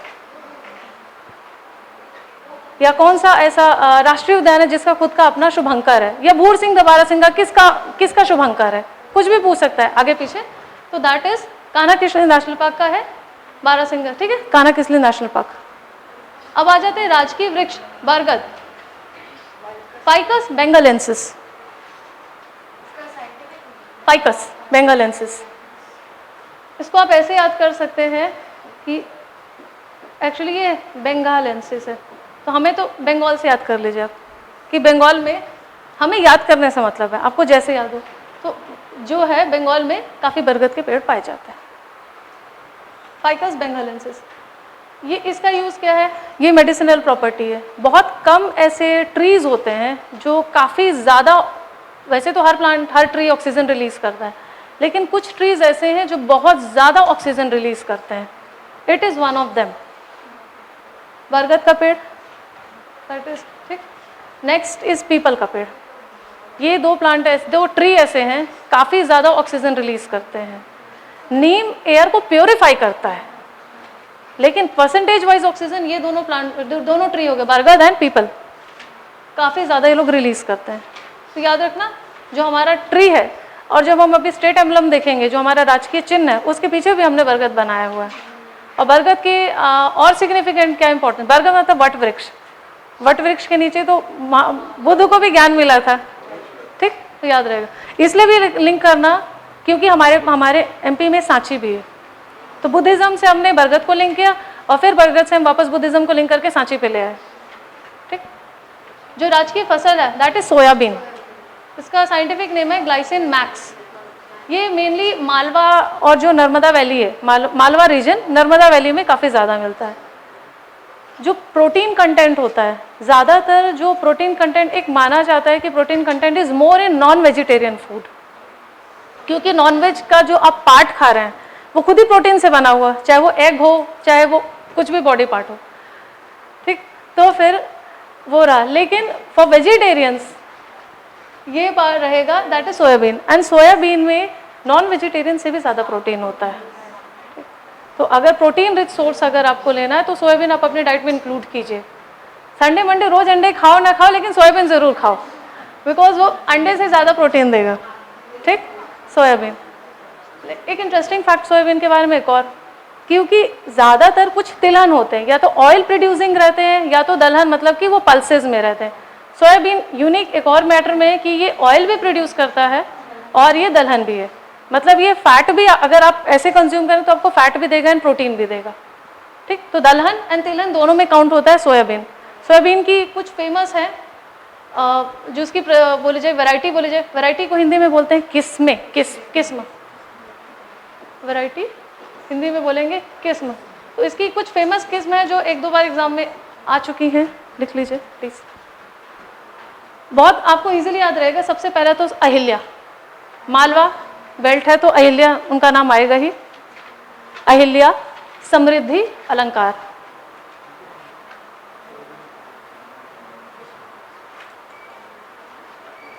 लिख लिया, अहिल्या, समृद्धि, अलंकार। एक पॉइंट इसमें छूट गया था, नोट कर लीजिए। राजकीय वृक्ष में जो एमपी का पहला बरगद पार्क इंदौर के बड़गोंदा में स्थापित किया जाएगा, मतलब पहला जो इसका पार्क बनाया जा रहा है इंदौर के बड़गोंदा, क्योंकि ये कई बार करंट अफेयर में आ जाता है, मतलब स्टैब्लिश हो रहा है तो वो हो जाएगा, हम ये मानेंगे कि स्टैब्लिश किया जा रहा है। इंदौर जगह मानी जाए तो इंदौर, उसकी जगह एकदम स्पेसिफिक बोले तो बड़गोंदा। ग्लाइसिन मैक्स हो गया। राज फसल आम, यहीं पे फिर मैं इतना खत्म कर दूंगी, ठीक है। आम, मैंगीफेरा इंडिका, इसको तो याद करना भी बहुत इजी है। मैंगो, मैंगी, फेरा, इंडिका, इंडिया को इंडिका। अच्छा, इंडिका बुक किसने लिखी थी? मैं टॉपिक कनेक्ट करूंगी, मैं मैगास्थनीज, इंडिका, डिस्कवरी ऑफ इंडिया लिखी थी, डिस्कवरी ऑफ इंडिया लिखी थी जवाहरलाल नेहरू ने। ये इंडिका है, ठीक। और इंडिको क्या है, मैं लिंक करूंगी मैं। इंडिगो क्या है, इंडिगो, यस, इंडिगो, INDIGO, नील। सारी लड़ाइयाँ हो गई इस चक्कर में। चंपारण, चंपारण, ठीक है, मैं लिंक करूंगी क्योंकि मैं लिंक करके पढ़ती हूँ, ठीक। Indigo, this is not Indigo, this is indica. India और इंडिका लिखी बुक मेगास्थनीज ने। मैंगीफेरा इंडिका, ये कहाँ मिलता है, लगभग पूरे MP में मिलता है। अब इसमें स्पेशल फैक्ट क्या है, अभी किसी एक मैंगो को GI टैग मिला है। MP के किसी मैंगो को, MP के किसी मैंगो को अभी लेटेस्ट, मतलब नियरली उसमें GI टैग मिला है। सिंगरौली के आसपास है वो डिस्ट्रिक्ट। अब आप गेस करो। रीवा, रीवा का जो है, मुझे थोड़ा क्लीन करने तो बहुत गंदा हो गया। सुंदरजा, ओके,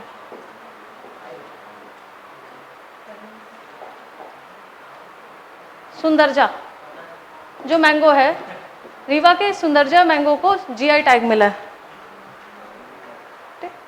नेक्स्ट, अभी कुछ दिनों पहले आपने एक बहुत फेमस वैरायटी होती है नूरजहां। नूरजहां मैंगो है, क्योंकि इंडिया में, वर्ल्ड में सबसे ज़्यादा मैंगो हमारे प्रोडक्ट, हमारे बहुत वैरायटी के मैंगो होते हैं। और फर्स्ट मैंगो के जो पाए गए हैं वो इंडिया में ही पाए गए हैं, कि मतलब इंडिया से ही ओरिजिन होकर के बाकी जगह गए। क्योंकि मैंगो एक ऐसा ट्री है जो ट्रॉपिकल एरिया में अच्छे से होता है, वो गर्मी में फलता है, तो हमें फर्स्ट उसकी प्रेफरेंस ही वही कि उसको हाई टेम्परेचर चाहिए। तो नूरजहां जो वैरायटी है, that is famous from Alirajpur, लिख लीजिए, ठीक। अलीराजपुर नूरजहां वैरायटी मैंगो के लिए काफ़ी फेमस है। ये काफ़ी एक्सपेंसिव होते हैं नूरजहां। और अभी 3-4 महीने पहले एक मैंगो फेस्टिवल हुआ था वेस्ट बंगाल में, तो वहाँ का सबसे एक्सपेंसिव मैंगो बिका था, that was Miyazaki. Miyazaki around 2.3 lakhs पर kg, मतलब 4 किलो मैंगो जिसको मिल गए उसकी लाइफ सेट हो गई। 2.3 lakhs पर kg मियाज़ाकी। तो यस, इट्स जापानीज। इतना एक्सपेंसिव क्यों है, क्योंकि वो एक, उसका एक पर्टिकुलर वेट, वो सारे के सारे एक पर्टिकुलर शेप में रहते हैं। जो ज़्यादातर जो मैंगो रहते हैं हमारे, उनमें शुगर कंटेंट हाई रहता है, ऑब्वियसली, क्योंकि मैंगो मीठा होता है, शुगर कंटेंट हाई। ये एक स्पेशल वैरायटी है कि जिसमें शुगर कंटेंट काफ़ी लो रहेगा, और इसमें प्रोटीन्स हो गई काफ़ी ज़्यादा, और मिनरल्स इसमें ज़्यादा पाए जाएंगे। और इट इज़ मोर, ये थोड़ा सा पर्पलिश, पर्पल जैसा शेप में रहेगा। मियाज़ाकी, हाँ, ये मियाज़ाकी, वो न्यूज़ में आता रहता है कि इतना महंगा आम बिका, दैट इज़ मियाज़ाकी। नूरजहां लगभग 48,000 to 50,000 के आसपास में बिकता है पर kg। मियाज़ाकी ये जापानीज़ है, और अलग अलग जगह इसकी ग्राफ्टिंग करके हो रही है। MP में भी 1-2 जगह हुई है। यस, हाँ। लेकिन ये जो अभी हुआ मियाज़ाकी, ये वहाँ पर वेस्ट बंगाल में जो भी फेस्टिवल हुआ था अलग, क्योंकि यहाँ की लोकल नहीं है, तो ये कुछ लोग कुछ स्पेशल करके अपनी सिक्योरिटी लगा करके उसको लगा। तो मियाज़ाकी वैरायटी मैंगो की है। ठीक,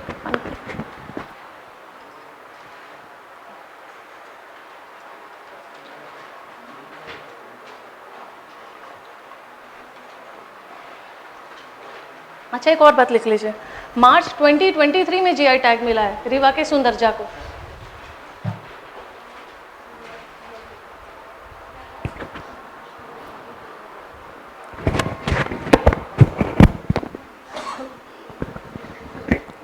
लिख ले, हाँ, सॉरी, क्या? सुंदरजा रीवा GI टैग मार्च 2023, मतलब इसी मार्च 2023 में रीवा के सुंदरजा आम को GI टैग मिला है। GI मतलब क्या होता है? मैं GI तब से क्या, सॉरी, यस प्लीज, हाँ।